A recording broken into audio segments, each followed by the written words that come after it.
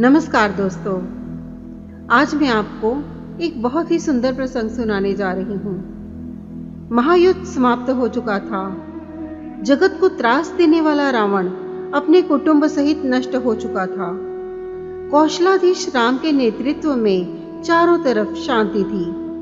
राम का राज्याभिषेक हुआ।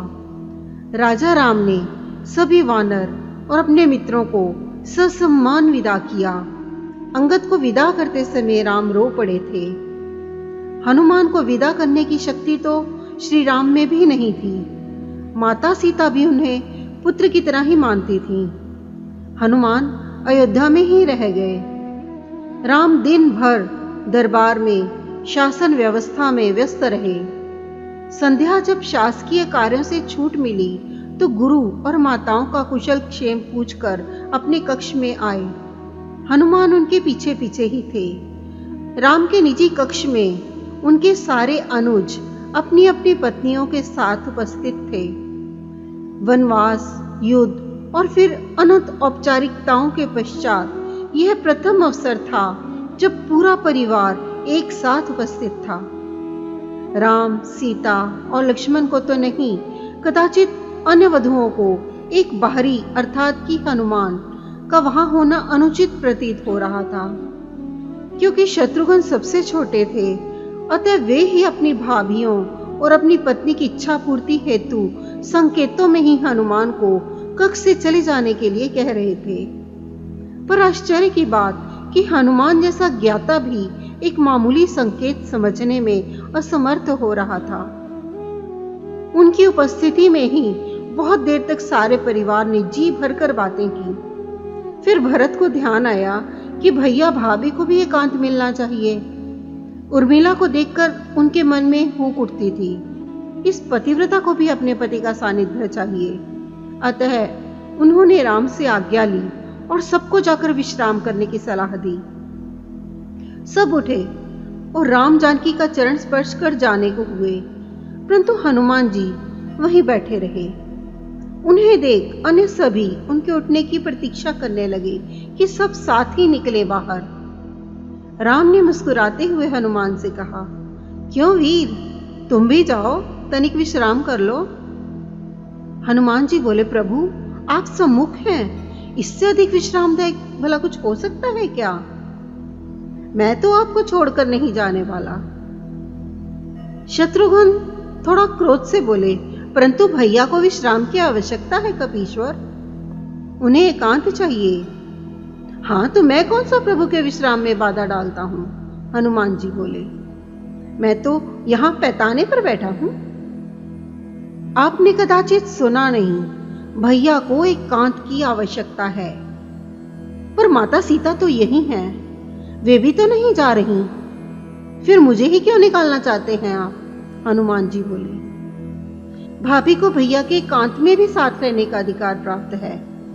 क्या उनके माथे पर आपको सिंदूर नहीं दिखता? हनुमान जी आश्चर्यचकित रह गए।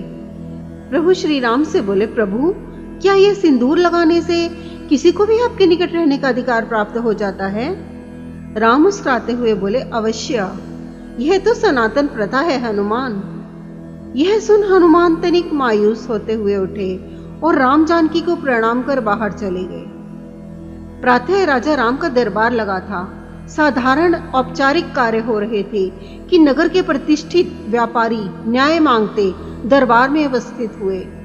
ज्ञात हुआ कि पूरी अयोध्या में रात भर व्यापारियों के भंडारों को तोड़ तोड़ कर हनुमान उत्पात मचाते रहे थे। राम ने यह सब सुना और सैनिकों को आदेश दिया कि हनुमान को राज्यसभा में उपस्थित किया जाए।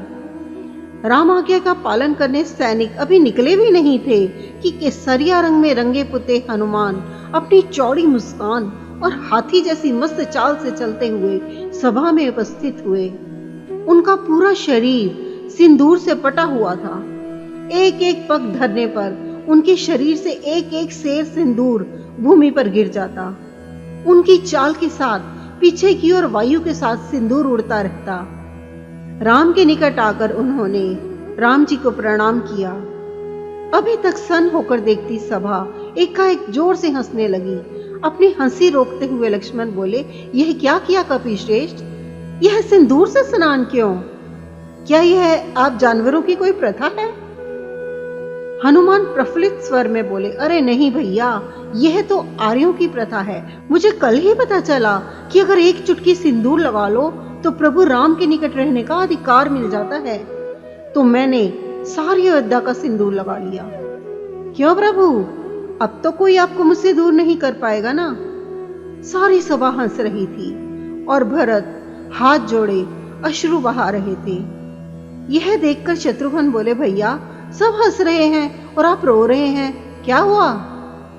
भरत स्वयं को संभालते हुए बोले, अनुज तुम देख नहीं रहे, वानरों का एक श्रेष्ठ नेता, वानर राज का सबसे विद्वान मंत्री, कदाचित संपूर्ण मानव जाति का सर्वश्रेष्ठ वीर, सभी सिद्धियों सभी निधियों का स्वामी, वेद पारंगत, शास्त्र मर्मज्ञ, यह कपिश्रेष्ठ अपना सारा गर्व सारा ज्ञान भूल कैसे राम भक्ति में लीन है।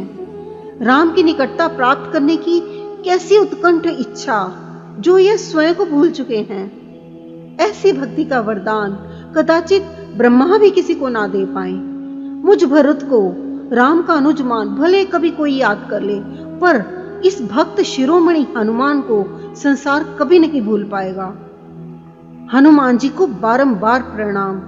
दोस्तों, सच में ये बात बिल्कुल सही है। अगर आपको आज का ये प्रसंग पसंद आया हो तो इसे लाइक कीजिए, शेयर कीजिए, कमेंट कीजिए और चैनल को सब्सक्राइब करना बिल्कुल भी ना भूलें। नमस्कार।